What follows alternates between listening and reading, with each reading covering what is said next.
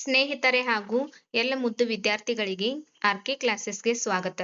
ಇವತ್ತು ನಾವು ಅಧ್ಯಾಯ 2 ಅಗೋಚರ ಜೀವ ಜಗತ್ತು ನಮ್ಮ ಬರಿಗಣ್ಣಿನ ಆಚೆಗೆ ಈ ಪಾಠದಲ್ಲಿ ಬರುವ ಬಹು ಆಯ್ಕೆಯ ಪ್ರಶ್ನೆಗಳು ಮತ್ತು 1, 2, 3, 4 ಅಂಕದ ಪ್ರಶ್ನೋತ್ತರಗಳನ್ನು ತಿಳಿಯೋಣ.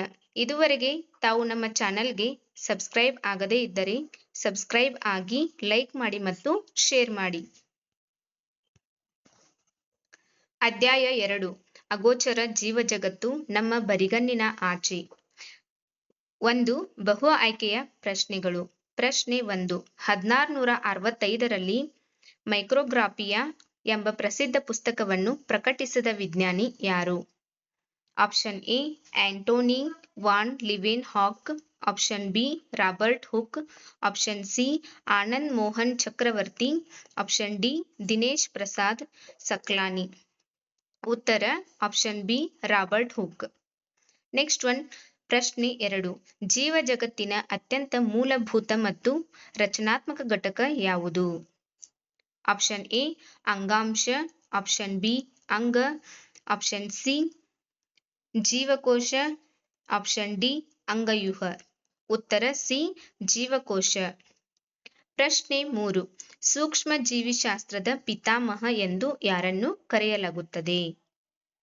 Option A Robert Hooke, option B Anthony van Leeuwenhoek, option C Aristotle, option D Newton.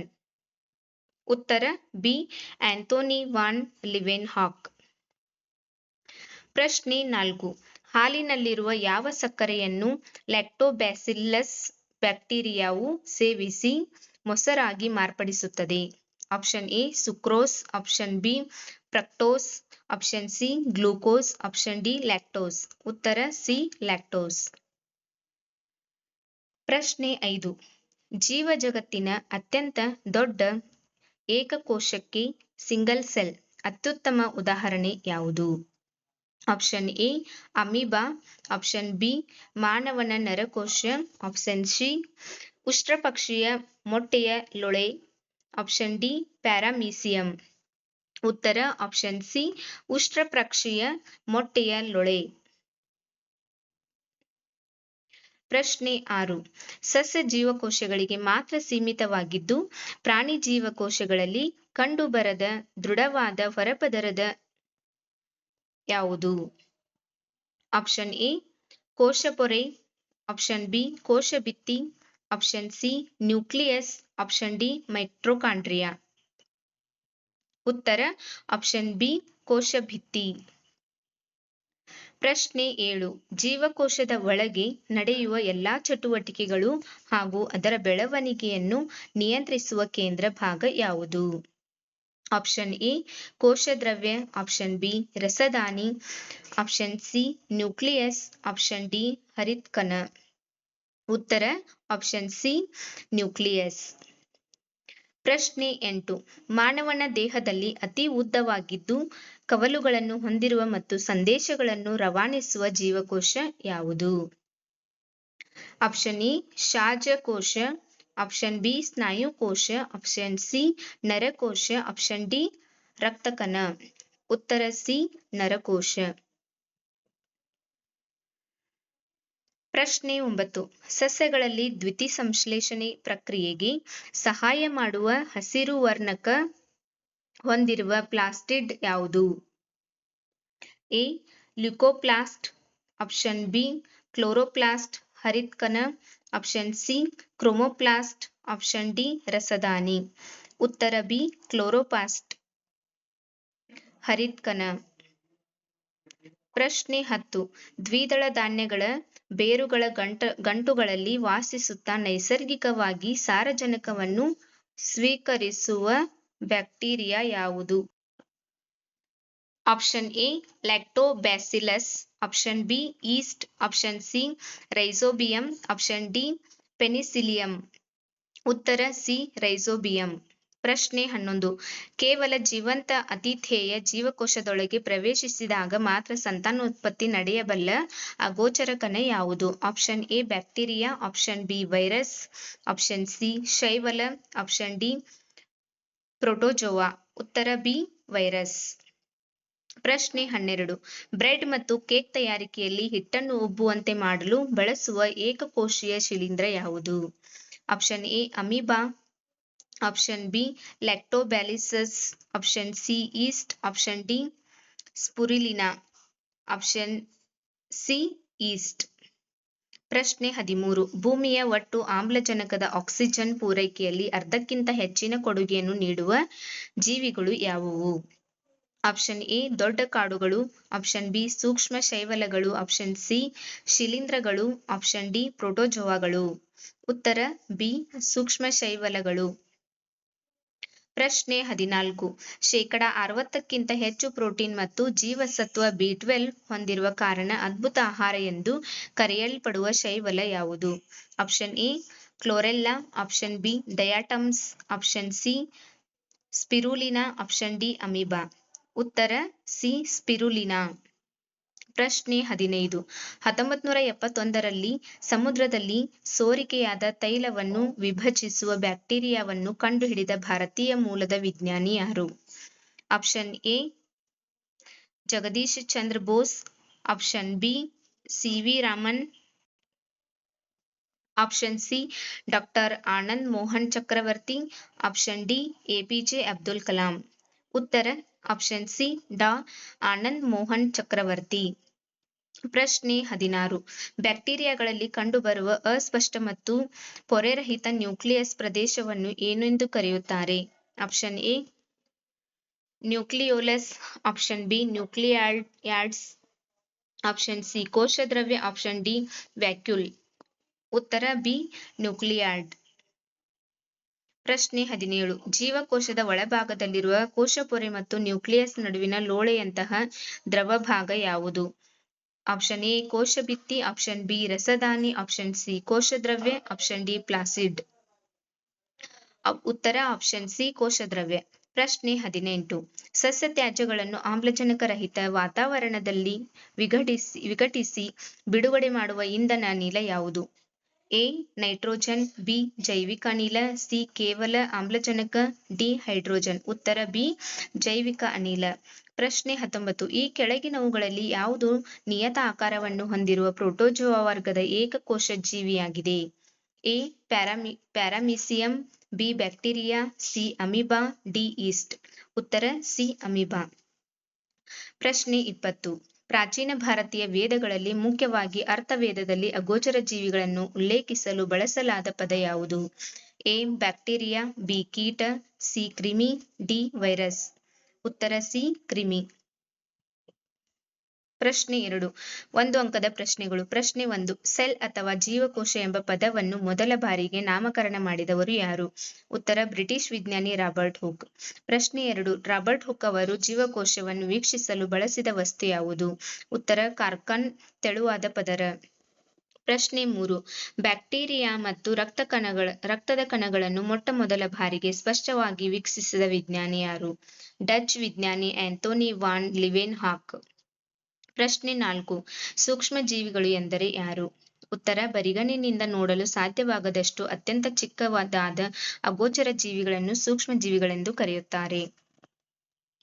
ಪ್ರಶ್ನೆ 5. ಜೀವಕೋಶದ 3 ಪ್ರಮುಖ ಮೂಲಭೂತ ಭಾಗಗಳನ್ನು ಹೆಸರಿಸಿ. ಉತ್ತರ ಕೋಶಪೊರೆ, ಕೋಶದ್ರವ್ಯ ಮತ್ತು ನ್ಯೂಕ್ಲಿಯಸ್. ಪ್ರಶ್ನೆ 6. ಏಕಕೋಶ ಜೀವಿಗಳು ಎಂದರೇನು?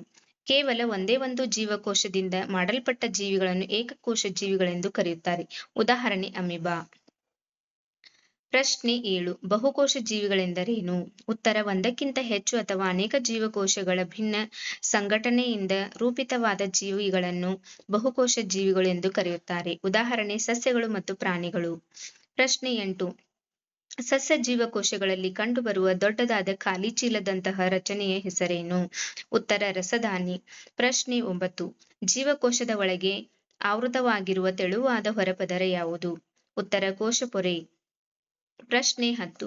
ವೈರಸ್ಗಳು ಇತರ ಸೂಕ್ಷ್ಮ ಜೀವಿಗಳಿಗಿಂತ ಹೇಗೆ ಭಿನ್ನವಾಗಿವೆ? ಉತ್ತರ ವೈರಸ್ಗಳು ಅಕೋಶೀಯವಾಗಿದ್ದು ಕೇವಲ ಜೀವಂತ ಜೀವಕೋಶದ ಒಳಗೆ ಮಾತ್ರ ಸಂತಾನೋತ್ಪತ್ತಿ ನಡೆಸುತ್ತವೆ. ಪ್ರಶ್ನೆ 11. ಈರುಳ್ಳಿ ಪೊರೆಯನ್ನು ಸೂಕ್ಷ್ಮದರ್ಶಕದಲ್ಲಿ ವೀಕ್ಷಿಸಲು ಯಾವ ರಂಗು ಬಳಸಲಾಗುತ್ತದೆ? ಉತ್ತರ ಸಾಪ್ರನಿಸ್ ದ್ರಾವಣ. ಪ್ರಶ್ನೆ 12. ಮಾನವನ ಕೆನ್ನೆ ಜೀವಕೋಶದ ವೀಕ್ಷಣೆಗೆ ಬಳಸುವ ನೀಲಿ ಬಣ್ಣದ ರಂಗು ಯಾವುದು? ಮಿಥಿಲಿನ್ ಬ್ಲೂ. ಪ್ರಶ್ನೆ 13. ಸಸ್ಯಗಳಿಗೆ ಹಸಿರು ಬಣ್ಣವನ್ನು ನೀಡುವ ಮತ್ತು ದ್ಯುತಿ ಸಂಶ್ಲೇಷಣೆಗೆ ನೆರವಾಗುವ ವರ್ಣಕ ಯಾವುದು? ಉತ್ತರ ಕ್ಲೋರೋಫಿಲ್. ಪ್ರಶ್ನೆ 14. ಲ್ಯಾಕ್ಟೋಬ್ಯಾಸಿಲಸ್ ಬ್ಯಾಕ್ಟೀರಿಯಾವು ಯಾವ ಆಮ್ಲವನ್ನು ಉತ್ಪಾದಿಸಿ ಮೊಸರಿಗೆ ಹುಳಿ ರುಚಿ ನೀಡುತ್ತದೆ? ಉತ್ತರ ಲ್ಯಾಕ್ಟಿಕ್ ಆಮ್ಲ. ಪ್ರಶ್ನೆ 15. ಈಸ್ಟ್ ಸಕ್ಕರೆಯನ್ನು ಒಡೆದು ಉಸಿರಾಟ ನಡೆಸುವಾಗ ಯಾವ ಅನಿಲ ಬಿಡುಗಡೆಯಾಗುತ್ತದೆ? Carbon dioxide. ಪ್ರಶ್ನೆ 16. ರೋಸೋಬಿಯಂ ಬ್ಯಾಕ್ಟೀರಿಯಾ ಎಲ್ಲೇ ವಾಸಿಸುತ್ತದೆ? ಉತ್ತರ ದ್ವಿದಳ ಧಾನ್ಯದ ಸಸ್ಯಗಳ ಬೇರುಗಳ ಗಂಟುಗಳಲ್ಲಿ. ಪ್ರಶ್ನೆ 17. ಸೂಕ್ಷ್ಮ ಜೀವಿಗಳನ್ನು ಪ್ರಮುಖವಾಗಿ ಯಾವ 4 ವರ್ಗಗಳಾಗಿ ವಿಂಗಡಿಸಲಾಗಿದೆ? ಉತ್ತರ ಪ್ರೋಟೋಜೋವಾ, ಶೈವಲಗಳು, ಶಿಲೀಂಧ್ರಗಳು ಮತ್ತು ಬ್ಯಾಕ್ಟೀರಿಯಾ. ಪ್ರಶ್ನೆ 20. ಇತ್ತೀಚಿನ ದಿನಗಳಲ್ಲಿ ಕಡಿಮೆ ವೆಚ್ಚದಲ್ಲಿ ತಯಾರಿಸಬಹುದಾದ ಮಡಚಬಹುದಾದ ಕಾಗದದ ಸೂಕ್ಷ್ಮದರ್ಶಕದ ಹೆಸರೇನು? Fold scope. ಪ್ರಶ್ನೆ 19. ಜೀವಕೋಶದ ಅತಿ ಸೂಕ್ಷ್ಮ ರಚನೆಗಳನ್ನು ವೀಕ್ಷಿಸಲು ಬಳಕೆಯಾಗುವ ಹಾಗೂ 10 ಲಕ್ಷದ ಪಟ್ಟು ದೊಡ್ಡದಾಗಿ ತೋರಿಸುವ ಸಾಧನ ಯಾವುದು? ಉತ್ತರ ಎಲೆಕ್ಟ್ರಾನ್ ಸೂಕ್ಷ್ಮದರ್ಶಕ. ಪ್ರಶ್ನೆ 20. ಮುರಬ್ಬ ಹಾಗೂ ಉಪ್ಪಿನಕಾಯಿಗಳಿಗೆ ಸೂಕ್ಷ್ಮ ಜೀವಿಗಳ ಸೋಂಕು ತಗಲದಂತೆ ತಡೆಯುವ ಸಂರಕ್ಷಕಗಳು ಯಾವುವು? ಉತ್ತರ ಅತಿ ಹೆಚ್ಚಿನ ಸಾಂದ್ರತೆಯ ಉಪ್ಪು ಅಥವಾ ಸಕ್ಕರೆ. 2 ಅಂಕದ ಪ್ರಶ್ನೋತ್ತರಗಳು. ಪ್ರಶ್ನೆ 1. ಕಣ್ಣಿಗೆ ಕಾಣಿಸದ ಜೀವಿಗಳನ್ನು ಸೂಕ್ಷ್ಮ ಜೀವಿಗಳು ಎಂದು ಏಕೆ ಕರೆಯುತ್ತಾರೆ? ಉತ್ತರ ಕೆಲವು ಜೀವಿಗಳು ಕೇವಲ ಒಂದು ಅಥವಾ ಕೆಲವು ಜೀವಕೋಶಗಳಿಂದ ಮಾಡಲ್ಪಟ್ಟಿದ್ದು ಅವುಗಳ ಗಾತ್ರವು ತುಂಬಾ ಚಿಕ್ಕದಾಗಿರುತ್ತದೆ. ಅವುಗಳನ್ನು ನಮ್ಮ ಬರಿಗಣ್ಣಿನಿಂದ ನೇರವಾಗಿ ನೋಡಲು ಸಾಧ್ಯವಾಗದ ಕಾರಣ ಅವುಗಳನ್ನು ಸೂಕ್ಷ್ಮ ಜೀವಿಗಳು ಅಥವಾ ಸೂಕ್ಷ್ಮಾಣುಜೀವಿಗಳೆಂದು ಕರೆಯುತ್ತಾರೆ. ಪ್ರಶ್ನೆ 2. ಲೆನ್ಸ್ ಅಥವಾ ಮಸೂರ ಎಂಬ ಪದವು ಹೇಗೆ ಬಳಕೆ ಬಂದಿತು? ಉತ್ತರ ಆರಂಭದಲ್ಲಿ ಸಣ್ಣ ವಸ್ತುಗಳನ್ನು ದೊಡ್ಡದಾಗಿ ನೋಡಲು ಬಳಸುತ್ತಿದ್ದ ಗಾಜಿನ ವಕ್ರ ತುಂಡುಗಳು ನೋಡಲು ಮಸೂರ ಬೀಜದಂತೆ ಮಧ್ಯಮದಲ್ಲಿ ದಪ್ಪ ಹಾಗೂ ಅಂಚಿನಲ್ಲಿ ತೆಳುವಾಗಿದ್ದವು. ಆದ್ದರಿಂದ ಜನರು ಅದನ್ನು ಮಸೂರ ಎಂದು ಕರೆದರು. ಪ್ರಶ್ನೆ 3. ಜೀವಕೋಶದ ಪ್ರಮುಖ 3 ಮೂಲ ಭಾಗಗಳಾವುವು? ಉತ್ತರ ಜೀವಕೋಶದ ಪ್ರಮುಖ ಮೂರು ಭಾಗಗಳೆಂದರೆ ಕೋಶಪೊರೆ, ಕೋಶದ್ರವ್ಯ, ನ್ಯೂಕ್ಲಿಯಸ್. ಪ್ರಶ್ನೆ 4. ಸಸ್ಯ ಜೀವಕೋಶದಲ್ಲಿ ಕಂಡುಬರುವ ಕೋಶಭಿತ್ತಿಯ ಕಾರ್ಯವೇನು? ಉತ್ತರ ಕೋಶಭಿತ್ತಿಯು ಸಸ್ಯ ಜೀವಕೋಶಗಳಿಗೆ ದೃಢತೆ, ಆಕಾರ ಮತ್ತು ಶಕ್ತಿಯನ್ನು ಒದಗಿಸುತ್ತದೆ. ಇದು ಸಸ್ಯದ ಜೀವಕೋಶಗಳು ಪರಸ್ಪರ ಒತ್ತೊತ್ತಾಗಿ ಜೋಡಿಸಲ್ಪಟ್ಟು ದೃಢವಾದ ರಚನೆಗೆ ಹೊಂದಲು ಸಹಾಯ ಮಾಡುತ್ತದೆ. ಪ್ರಶ್ನೆ 5. ಏಕಕೋಶೀಯ ಮತ್ತು ಬಹುಕೋಶೀಯ ಜೀವಿಗಳಿಗೆ ತಲಾ 2 ಉದಾಹರಣೆ ಕೊಡಿ. ಏಕಕೋಶೀಯ ಜೀವಿಗಳು ಅಮೀಬಾ, ಪ್ಯಾರಾಮೀಸಿಯಂ ಮತ್ತು ಬ್ಯಾಕ್ಟೀರಿಯಾ. ಬಹುಕೋಶೀಯ ಜೀವಿಗಳು ಮಾನವರು, ಸಸ್ಯಗಳು ಮತ್ತು ಬಹುತೇಕ ಪ್ರಾಣಿಗಳು. ಪ್ರಶ್ನೆ 6. ಜೀವ ಪ್ರಪಂಚದ ಅತ್ಯಂತ ದೊಡ್ಡ ಜೀವಕೋಶ ಯಾವುದು? ಅದರ ಗಾತ್ರ ಎಷ್ಟು? ಉತ್ತರ ಉಷ್ಟ್ರಪಕ್ಷಿಯ ಮೊಟ್ಟೆಯ ಲೋಳೆಯು ಹಳದಿ ಭಾಗ ಜೀವ ಜಗತ್ತಿನ ಅತ್ಯಂತ ದೊಡ್ಡ ಜೀವಕೋಶವಾಗಿದೆ. ಇದು ಸುಮಾರು 130 mm ನಿಂದ 170 mm ವರೆಗಿನ ವ್ಯಾಸವನ್ನು ಹೊಂದಿರುತ್ತದೆ. ಪ್ರಶ್ನೆ 7. ಇಡ್ಲಿ, ದೋಸೆ ಮತ್ತು ಬಟಾರ ತಯಾರಿಸಲು ಹಿಟ್ಟನ್ನು ಹದಗೊಳಿಸಲು ಹೂಡಿಸಲು ಸಹಾಯ ಮಾಡುವ ಸೂಕ್ಷ್ಮ ಜೀವಿಗಳಾವುವು? ಉತ್ತರ ಹಿಟ್ಟನ್ನು ಹದುಗುವಿಕೆಗೆ ಒಳಪಡಿಸಲು ಈಸ್ಟ್ ಒಂದು ರೀತಿಯ ಸೂಕ್ಷ್ಮ ಶಿಲೀಂಧ್ರ ಮತ್ತು ಲ್ಯಾಕ್ಟೋಬ್ಯಾಸಿಲಸ್ ನಂತರ ಕೆಲವು ಬ್ಯಾಕ್ಟೀರಿಯಾಗಳು ಸಹಾಯ ಮಾಡುತ್ತವೆ. ಪ್ರಶ್ನೆ 8. ವೈರಸ್ಗಳು ಇತರ ಸೂಕ್ಷ್ಮ ಜೀವಿಗಳಿಗಿಂತ ಹೇಗೆ ಭಿನ್ನವಾಗಿವೆ? ಉತ್ತರ ವೈರಸ್ಗಳು ಅತಿ ಸೂಕ್ಷ್ಮ ಮತ್ತು ಅಕೋಶೀಯವಾಗಿದ್ದು ಅವು ಸ್ವತಂತ್ರವಾಗಿ ಸಂತಾನೋತ್ಪತ್ತಿ ಮಾಡಲಾರವು. ಅವು ಕೇವಲ ಜೀವಂತ ಆತಿಥೇಯ ಜೀವಕೋಶವನ್ನು ಸಸ್ಯ, ಪ್ರಾಣಿ ಹಾಗೂ ಬ್ಯಾಕ್ಟೀರಿಯಾ ಪ್ರವೇಶಿಸಿದಾಗ ಮಾತ್ರ ತಮ್ಮ ಸಂಖ್ಯೆಯನ್ನು ಹೆಚ್ಚಿಸಿಕೊಳ್ಳುತ್ತವೆ. ಪ್ರಶ್ನೆ 9. ಉಪ್ಪಿನಕಾಯಿ ಮತ್ತು ಮುರಬ್ಬಗಳಿಗೆ ಸುಲಭವಾಗಿ ಸೂಕ್ಷ್ಮ ಜೀವಿಗಳ ಸೋಂಕು ತಗುಲುವುದಿಲ್ಲ ಏಕೆ? ಉತ್ತರ ಉಪ್ಪಿನಕಾಯಿ ಮತ್ತು ಮುರಬ್ಬಗಳಲ್ಲಿ ಬಳಸುವ ಅತಿ ಹೆಚ್ಚಿನ ಸಾಂದ್ರತೆಯ ಉಪ್ಪು ಅಥವಾ ಸಕ್ಕರೆ ಮತ್ತು ಮಸಾಲೆಗಳು ಸಂರಕ್ಷಕಗಳಾಗಿ ಕಾರ್ಯನಿರ್ವಹಿಸುತ್ತವೆ. ಈ ಹೆಚ್ಚಿನ ಸಾಂದ್ರತೆಯು ಸೂಕ್ಷ್ಮ ಜೀವಿಗಳು ಅವುಗಳ ಮೇಲೆ ಬೆಳೆಯದಂತೆ ತಡೆಯುತ್ತದೆ. ಪ್ರಶ್ನೆ 10. ಆಂಥೋನಿ ವಾನ್ ಲಿವೆನ್ ಹಾಕ್ ಅವರನ್ನು ಸೂಕ್ಷ್ಮ ಜೀವಿಶಾಸ್ತ್ರದ ಪಿತಾಮಹವೆಂದು ಯಾಕೆ ಕರೆಯುತ್ತಾರೆ?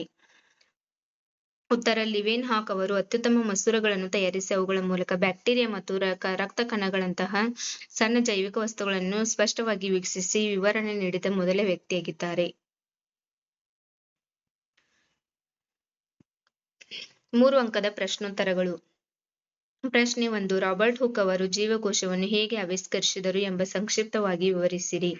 ಉತ್ತರ 1665ರಲ್ಲಿ ವಿಜ್ಞಾನಿ ರಾಬರ್ಟ್ ಹುಕ್ ಅವರು ತಾವು ಸಿದ್ಧಪಡಿಸಿದ ಸರಳ ಸೂಕ್ಷ್ಮದರ್ಶಕ ಅಡಿಯಲ್ಲಿ ಕಾರ್ಖಾನ್ ಮರದ ತೊಗಟೆ ತೆಳುವಾದ ಪದರವನ್ನು ವೀಕ್ಷಿಸಿದರು. ಆಗ ಅವರಿಗೆ ಅದು ಅನೇಕ ಸಣ್ಣ ಸಣ್ಣ ಖಾಲಿ ಕೋಣೆಗಳಿಂದ ಕೂಡಿದ ಜೇನುಗೂಡಿನಂತೆ ಕಂಡುಬಂದಿತು. ಆ ಪ್ರತಿಯೊಂದು ಸಣ್ಣ ಕೋಣೆಯನ್ನು ಅವರು ಜೀವಕೋಶ ಎಂದು ಕರೆದರು. ಜೀವದ ಮೂಲ ಘಟಕವನ್ನು ವಿವರಿಸಲು ವಿಜ್ಞಾನದಲ್ಲಿ ಈ ಪದ ಬಳಕೆಯಾಗಿದ್ದು ಇದೇ ಮೊದಲು. ಪ್ರಶ್ನೆ 2. ಈರುಳ್ಳಿ ಪದರದ ಸಸ್ಯ ಜೀವಕೋಶಗಳನ್ನು ಸೂಕ್ಷ್ಮದರ್ಶಕದಲ್ಲಿ ವೀಕ್ಷಿಸಲು ಸ್ಲೈಡ್ ಸಿದ್ಧಪಡಿಸುವ ಹಂತಗಳನ್ನು ಬರೆಯಿರಿ. 1. ಈರುಳ್ಳಿಯ ಒಳಗಿನ ಮೇಲ್ಮೈಯಿಂದ ತೆಳುವಾದ ಪಾರದರ್ಶಕ ಪೊರೆಯನ್ನು ತೆಗೆದು ಅದನ್ನು ಸ್ಯಾಫ್ರನೀಸ್ ಕೆಂಪು ರಂಗು ದ್ರಾವಣದಲ್ಲಿ 30 ಸೆಕೆಂಡುಗಳ ಕಾಲ ಇಡಬೇಕು. ನಂತರ ಆ ಪೊರೆಯನ್ನು ನೀರಿನಲ್ಲಿ ತೊಳೆದು ಗ್ಲಾಸ್ ಸೈಡ್ಸ್ ಮೇಲೆ ನಿಖರವಾಗಿ ಹರಡಬೇಕು ಮತ್ತು ಅದರ ಮೇಲೆ 1 ಹನಿ ಗ್ಲಿಸರಿನ್ ಹಾಕಬೇಕು. ಇದು ಜೀವಕೋಶದ ಒಣಗದಂತೆ ತಡೆಯುತ್ತದೆ. 3. ಕೊನೆಯದಾಗಿ ಗಾಳಿಯ ಗುಳ್ಳೆಗಳು ಇಲ್ಲದಂತೆ ಜಾಗರೂಕತೆಯಿಂದ ಸೂಜಿಯ ಸಹಾಯದಿಂದ ಕವರ್ ಸ್ಲಿಪ್ ಮುಚ್ಚಿ ಸೂಕ್ಷ್ಮದರ್ಶಕ ಅಡಿಯಲ್ಲಿ ವೀಕ್ಷಿಸಬೇಕು. ಪ್ರಶ್ನೆ 3. ಮಾನವನ ದೇಹದಲ್ಲಿನ ಸ್ನಾಯುಕೋಶ ಮತ್ತು ನರಕೋಶಗಳ ಆಕಾರ ಹಾಗೂ ಅವುಗಳ ಕಾರ್ಯದ ನಡುವಿನ ಸಂಬಂಧವನ್ನು ವಿವರಿಸಿ. ಉತ್ತರ: ಜೀವಕೋಶಗಳ ನಿರ್ದಿಷ್ಟ ಆಕಾರವು ಅವು ನಿರ್ವಹಿಸುವ ಕಾರ್ಯಕ್ಕೆ ನೇರವಾಗಿ ಸಂಬಂಧಿಸಿದೆ. ನರಕೋಶ ಇದು ತುಂಬಾ ಉದ್ದವಾಗಿದ್ದು ಕವಲುಗಳನ್ನು ಹೊಂದಿದೆ. ಈ ವಿಶಿಷ್ಟ ರಚನೆಯು ದೇಹದ ವಿವಿಧ ಭಾಗಗಳನ್ನು ತಲುಪಲು ಮತ್ತು ಸಂದೇಶಗಳನ್ನು ತ್ವರಿತವಾಗಿ ರವಾನಿಸಲು ಸಹಾಯ ಮಾಡುತ್ತದೆ. ಸ್ನಾಯುಕೋಶ ಇದು ತೆಳು, ನಮ್ಯ ಮತ್ತು ಕದಿರಿನ ಆಕಾರದಲ್ಲಿದೆ. ಈ ರಚನೆಯು ಸ್ನಾಯುಗಳ ಸಂಕುಚನ ಮತ್ತು ವಿಕಸನದ ಚಲನೆಗೆ ಸಹಾಯ ಮಾಡುತ್ತದೆ.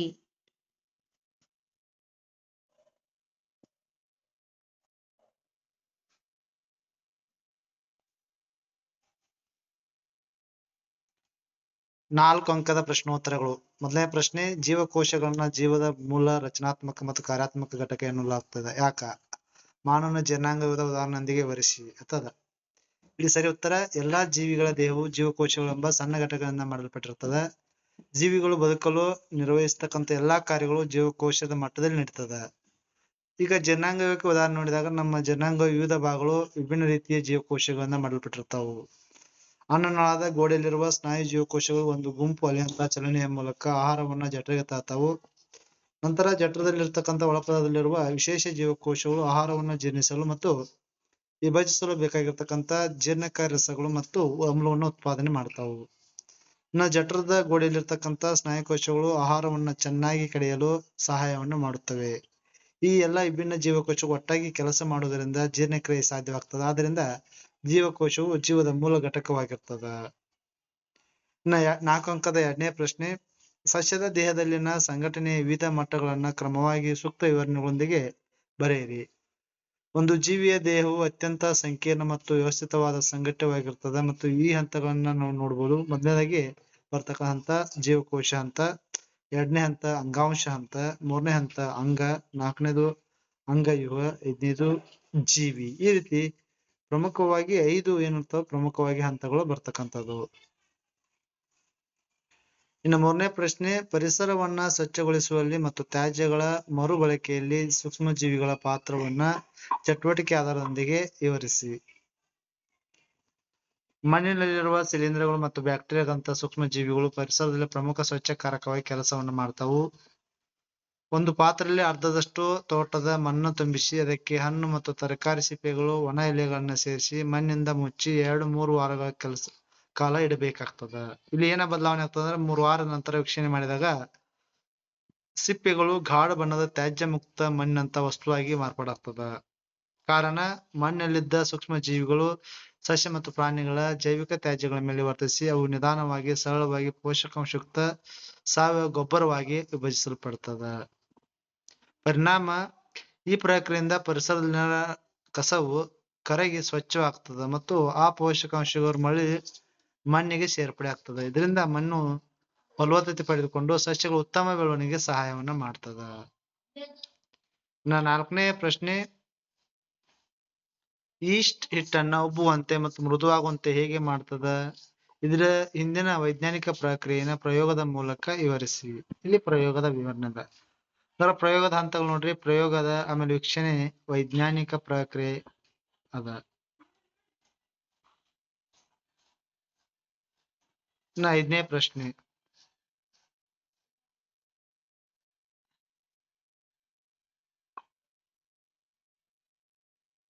ಇನ್ನು ಸಸ್ಯ ಜೀವಕೋಶ ಮತ್ತು ಪ್ರಾಣಿ ಜೀವಕೋಶ ಇರತಕ್ಕಂತ ಪ್ರಮುಖ ವ್ಯತ್ಯಾಸಗಳು ನೋಡೋಣ. ಕೋಶ ಭಿತ್ತಿಗೆ ಸಂಬಂಧಿಸಿದಂತೆ ಮೊದಲನೇ ವ್ಯತ್ಯಾಸ ಕ್ಲೋರೋಪ್ಲಾಸ್ಟ್ ಗೆ ಸಂಬಂಧಿಸಿದಂತ ವ್ಯತ್ಯಾಸ, ರಸದಾನಿಗೆ ಸಂಬಂಧಿಸಿದಂತ ವ್ಯತ್ಯಾಸ, ಈ ರೀತಿ ಬರ್ತಕ್ಕಂತ ಪ್ರಮುಖ ವ್ಯತ್ಯಾಸಗಳನ್ನ ಇಲ್ಲಿ ನೀಡಲಾಗಿದೆ. ಈ ಘಟಕಕ್ಕೆ ಸಂಬಂಧಿಸಿದಂತೆ ತಮಗೆ ಏನಾದ್ರು ಡೌಟ್ಸ್ ಇದ್ರೆ ನನ್ನ ಜೊತೆಗೆ ಶೇರ್ ಮಾಡಿ ಕಮೆಂಟ್ ಮಾಡಿ ಅಂತ ಹೇಳ್ತಾ ಥ್ಯಾಂಕ್ ಯು ಟು ಆಲ್.